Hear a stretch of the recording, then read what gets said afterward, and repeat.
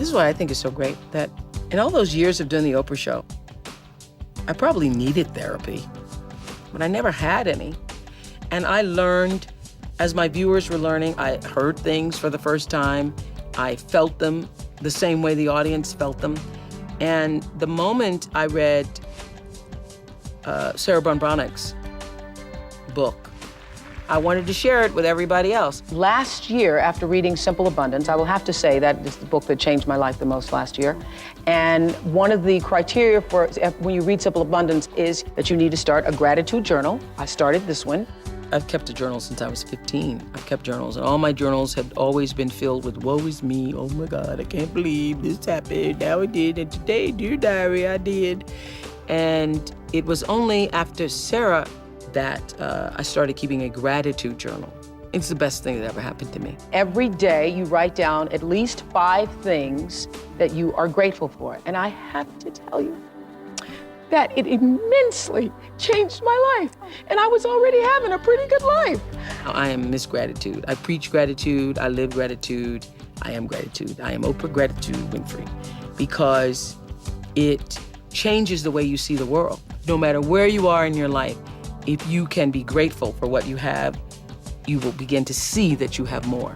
When you wake up in the morning and you know that you gotta have 5 things that day that happen, not you're living in a nice house and you're driving a nice car, but 5 things that happen to you that day that you have to be grateful for, you live your whole life differently. You go through the day trying to find things consciously that you can put on the list at the end of the day. And some days I have 5 and some days I have 15. And I will tell you that it just changed my consciousness about seeing the positive instead of the negative in life. You did that for me. It's a little thing. I've said this to people. It's a little thing, but it's a big thing. Because if the only prayer you ever say is thank you, that'll be enough. What I know for sure is that no matter what is going on in your life, I believe if you concentrate on what you have, you will always end up having more, even if it's just $2. If you focus on what you don't have, you will never, ever, ever have enough. So 16 years ago, I started a gratitude journal. Y'all can sit down. 16 years ago, I started a gratitude journal, and I will have to say, it was the single most important thing I believe I've ever done. So every day, for years now, I've written down 5 things to be grateful for. And you have to write them down. It's very different than just saying, oh, I'm grateful for today. You have to physically write them down because there's power in the words.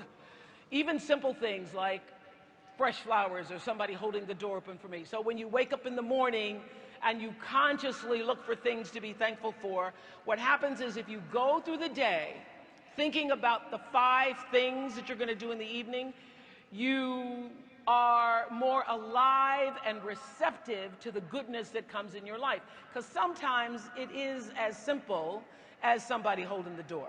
One time it was just 2 squirrels eating. I said, I better write that down. Nothing else might happen today. So I've been here in Canada now less than 24 hours, and I wanted to just to tell you.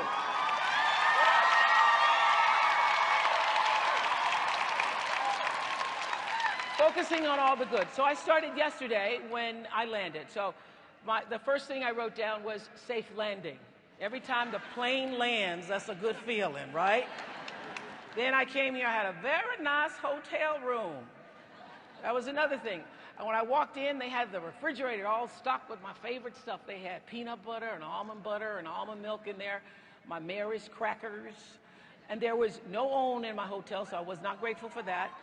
But I was grateful for the egg-shaped bathtub and the view from my room where I got to see all of you this morning coming in. And it just filled my heart to see you all coming in so early. And now you're all sitting in your seats right now. I have deep gratitude for that. So when you allow yourself to feel gratitude in the present moment, in the now, what I promise you is that the spiritual dimension of your life begins to change. It opens up, it expands, and you just grow with it. That is the truth. If I ever spoke the truth in my life, if you want to change your state of being, start to be grateful.